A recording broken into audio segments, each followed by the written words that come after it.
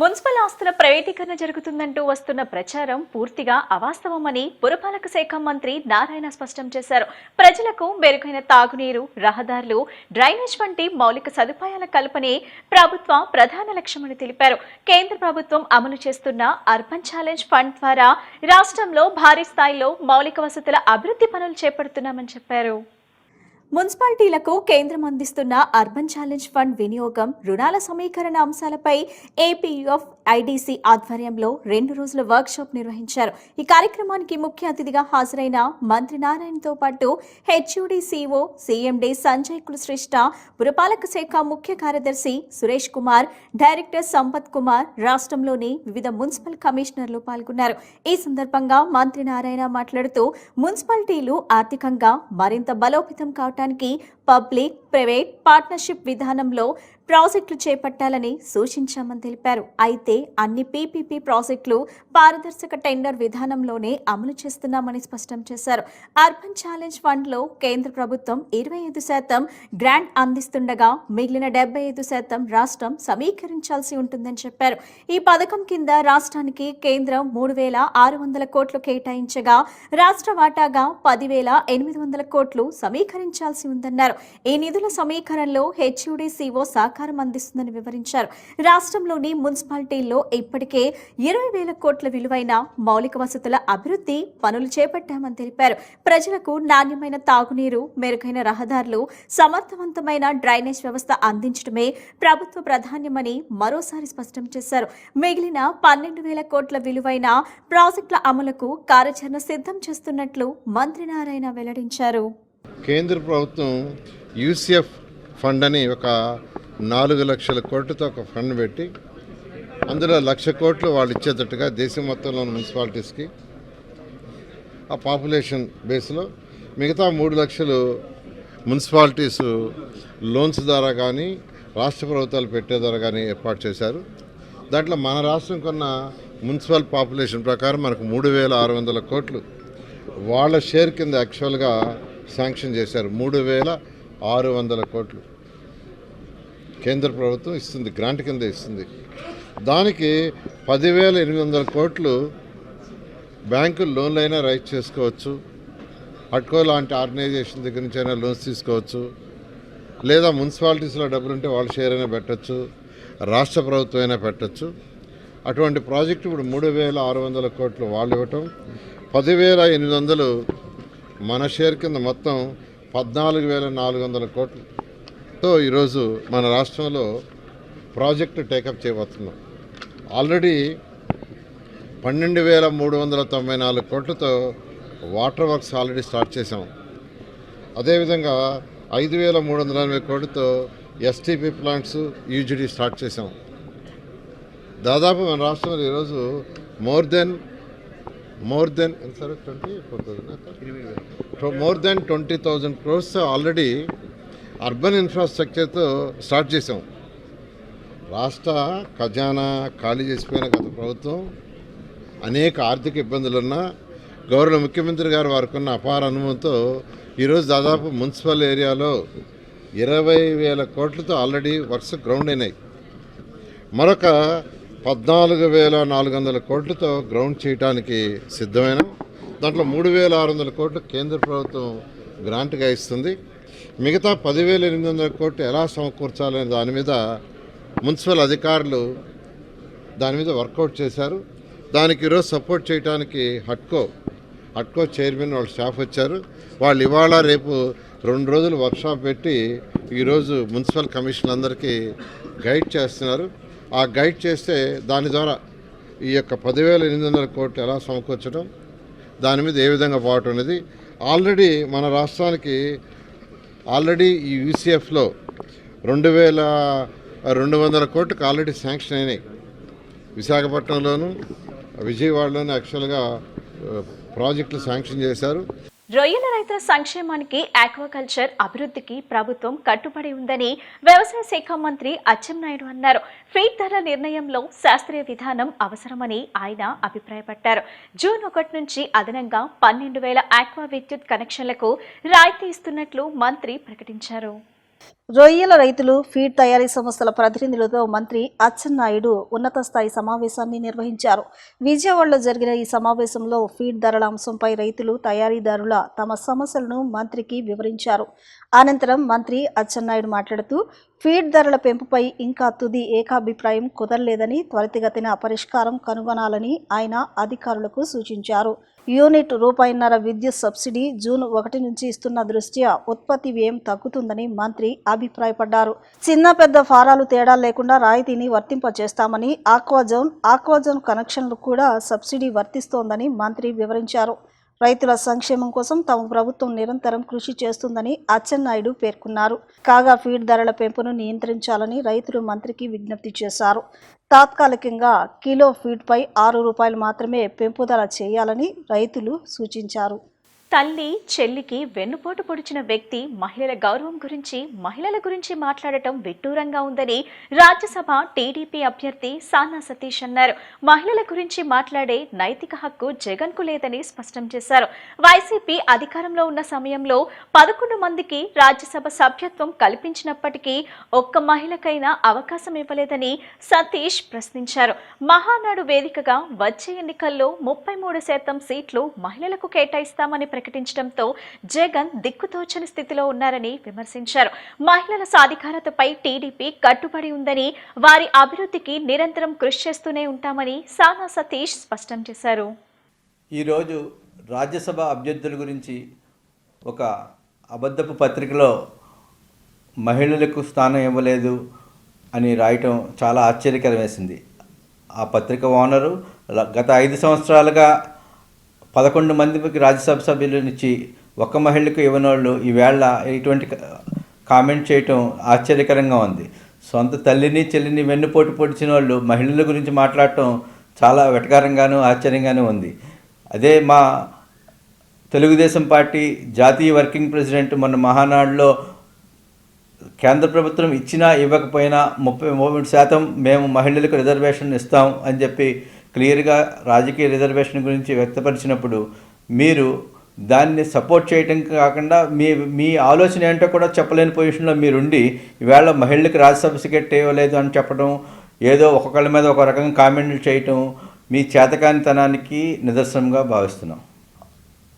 Telugu Desam party working president మా నాయకుడు లోకేష్ గారు 33% మహిళలకు రిజర్వేషన్ ఇస్తారని మహానాడు సాక్షిగా తెలియజేశారు. దాని మీద మీ పార్టీ యొక్క స్టాండ్ ఏంటో మీరు తెలియజేయలేదు. మీరు మహిళలు మోసం చేద్దామనుకుంటున్నారా, లేక మేము చెప్పిన 33% మీరు సమర్థిస్తున్నారా?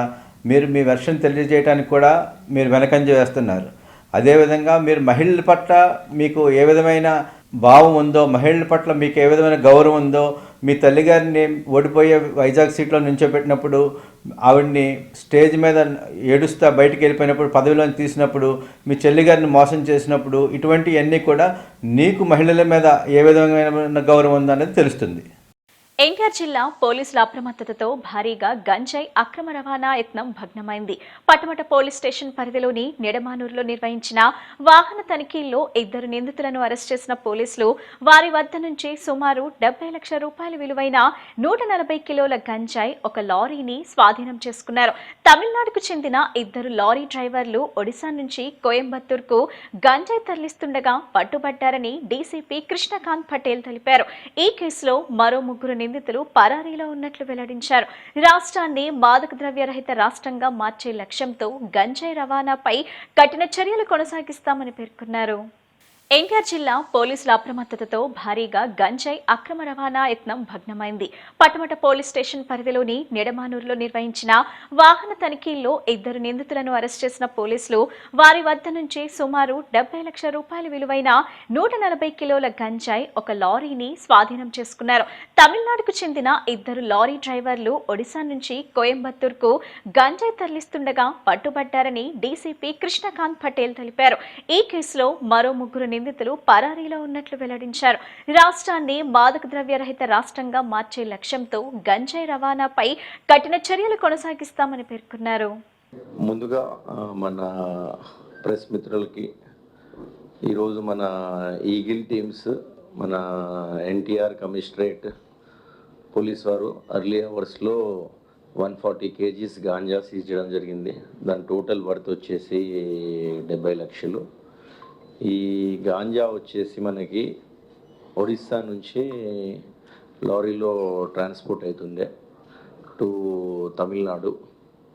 సో దీని మీద మన ఈగిల్ టీమ్స్ వాళ్ళ ఇంటెలిజెన్స్ టెక్ ఇంకా హ్యూమన్ ఇంటెలిజెన్స్ యూస్ చేసుకొని దీన్ని ట్రాక్ చేయడం జరిగింది. ఆ ఇన్ఫర్మేషన్ లోకల్ పోలీస్తో షేర్ చేయడం వల్ల మా పటమట ఇన్స్పెక్టర్ కిషోర్, అదేవిధంగా ఈగిల్ ఇన్స్పెక్టర్ రవీంద్ర స్పాట్ మీద ఉండి వెహికల్ని ఆపడం జరిగింది. వెహికల్ని అప్పుడు ఆపి చెక్ చేసినప్పుడు వెహికల్లో 140 kgs మీరు చూస్తున్నారు అక్కడ ప్యాకెట్స్ 2 kgs ప్యాక్స్లో 70 ప్యాక్స్ ఉండడం జరిగింది. అదేవిధంగా ఇద్దరు అక్యూస్ని కూడా అరెస్ట్ చేయడం జరిగింది. వాళ్ళ పేరు వచ్చేసి సేలం తమిళనాడు నుంచి 39 years. ఇంకో అక్యూజ్డ్ పేరు T Pradeep 36 years Dharmapuri district నుంచి. అదేవిధంగా వీళ్ళని ఇంట్రాగేషన్ చేయడం జరిగింది. ఇంట్రాగేషన్ చేసిన తర్వాత ఇంకా దీంట్లో ఇంకా 3 ఇన్వాల్వ్ ఉన్నారు. వాళ్ళని కూడా ఐడెంటిఫై చేయడం జరిగింది. వాళ్ళని కూడా వైజాగ్లో పికప్ చేయడం జరిగింది. ఇక్కడ నుంచి టీం వెళ్ళింది, ఈగిల్ టీము, అదే మన పటమట టీం వెళ్ళింది. వాళ్ళని కూడా పిక్ చేసడం జరుగుతుంది. వాళ్ళ పేర్లు వచ్చేసి మన Arup Singh 24 years Odisha district, Gajapati district Odisha. Rajesh Kumar Singh Gajapati district. అదేవిధంగా మొహమ్మద్ షోయల్ 27 years. సో ఈ 3 కూడా మనం కస్టడీలో తీసుకోవడం జరిగింది. సో టీం వెళ్ళి వాళ్ళని ఇంట్రాగేట్ చేసి ఫర్దర్గా డీటెయిల్స్ ఏమైనా ఉన్నా రివీల్ చేస్తాం. మన అక్యూస్ని కూడా ఒకసారి తెచ్చి చూపించాం. యోగాంధ్ర 2026లో భాగంగా ప్రజా ఉద్యమంగా ప్రత్యేక కార్యక్రమాలు నిర్వహిస్తున్నామని కలెక్టర్ డాక్టర్ జి లక్ష్మీషా తెలిపారు. స్వర్ణాంధ్ర ఆరోగ్యాంధ్ర లక్ష్యంగా ముందడుగు వేస్తున్నామని ఈ బృహత్తర కార్యక్రమంలో ప్రతి ఒక్కరూ భాగస్వాములు కావాలని పిలుపునిచ్చారు. విజయవాడ అర్బన్ పరిధిలో బీఆర్టీఎస్ రోడ్లో జిల్లా అధికార యంత్రాంగం నగరపాలక సంస్థ ఆధ్వర్యంలో నిత్య యోగా అభ్యసన కార్యక్రమం జరిగింది. ఈ కార్యక్రమంలో కలెక్టర్ లక్ష్మీషా వివిధ శాఖల అధికారులు ప్రజలతో కలిసి యోగాసనాలు వేశారు.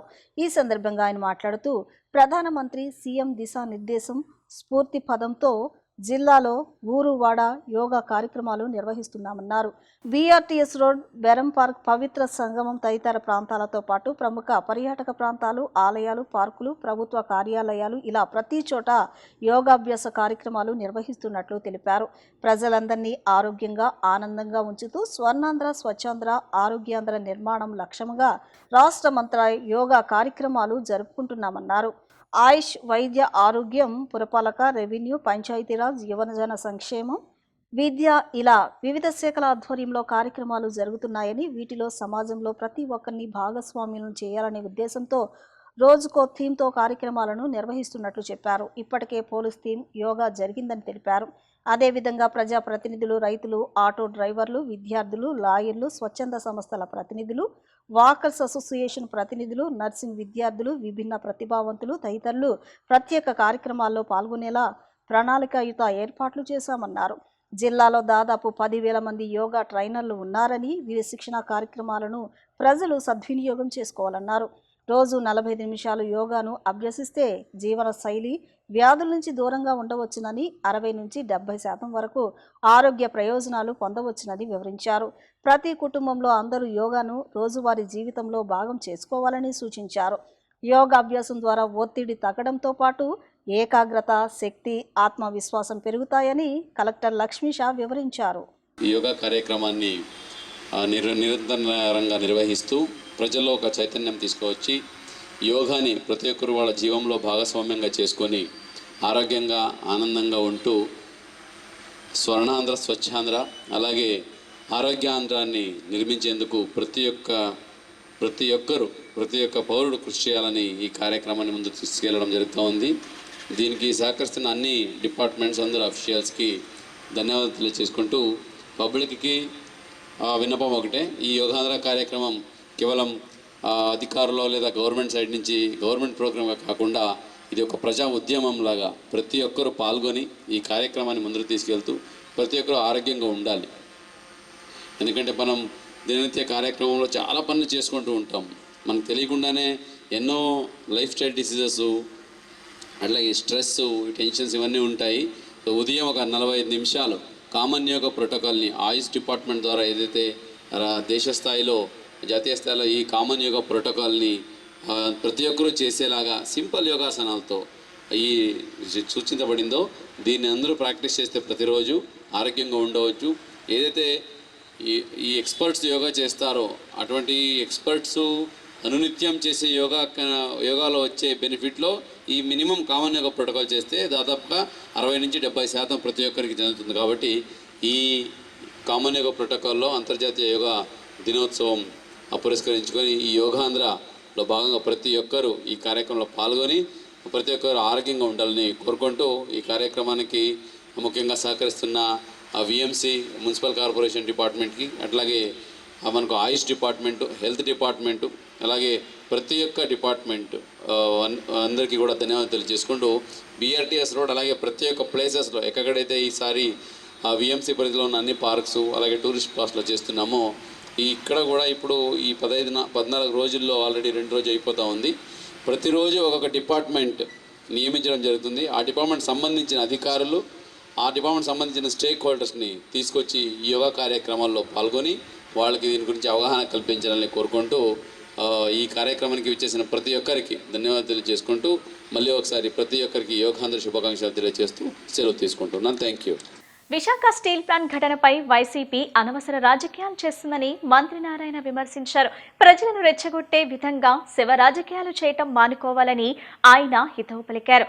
ఇలాంటి రెచ్చగొట్టే చర్యలు మానుకోకపోతే 2029 ఎన్నికల్లో వైసీపీకి ప్రజలు తిరిగి గుణపాఠం చెబుతారని ఆయన హెచ్చరించారు.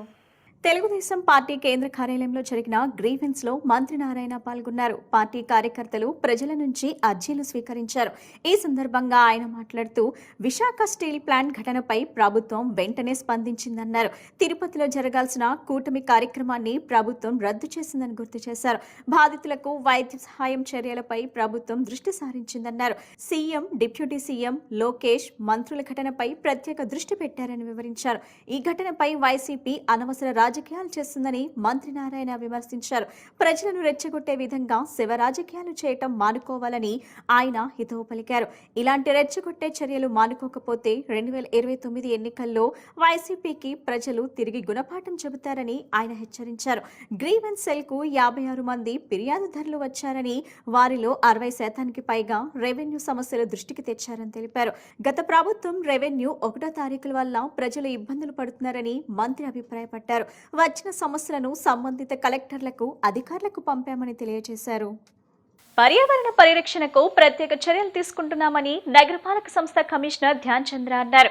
పారిశుద్ధ్య నిర్వహణలో ఎలాంటి లోపాలు లేకుండా అధికారులు నిరంతరం పర్యవేక్షించాలని సూచించారు.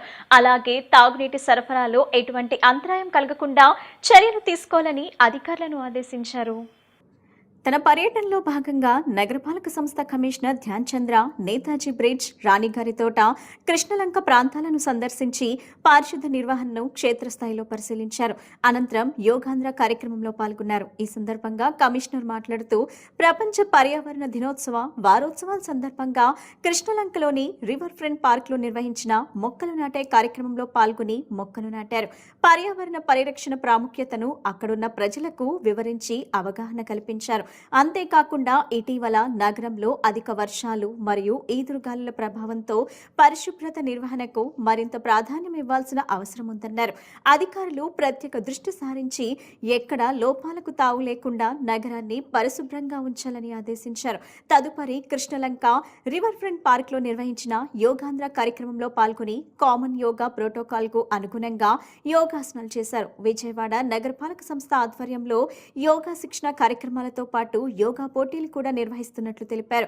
వార్డు స్థాయి నుంచి నగర, జిల్లా, రాష్ట్ర స్థాయిల వరకు ఈ కార్యక్రమాలు విస్తరించనున్న నేపథ్యంలో ప్రజలందరూ భాగస్వామ్యులై విజయవంతం చేయాలని పిలుపునిచ్చారు. అనంతరం రాణిగారి తోటలోని అన్నా క్యాంటీన్ను పరిశీలించారు.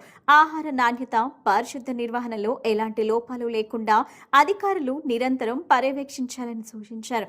అలాగే తాగునీటి సరఫరాలో ఎటువంటి అంతరాయం కలగకుండా చర్యలు తీసుకోవాలని అధికారులను ఆదేశించారు. పర్యటించారు. ఈ పర్యటనలో zonal commissioner K Shammi, chief medical and health officer doctor K Arjunrao, executive engineer Ramarao, assistant medical and health officer Gopal Nayak, assistant city planner Mohan Babu తదితర అధికారులు, సిబ్బంది పాల్గొన్నారు. ఇప్పుడు కాసేపు ప్రకటనలు.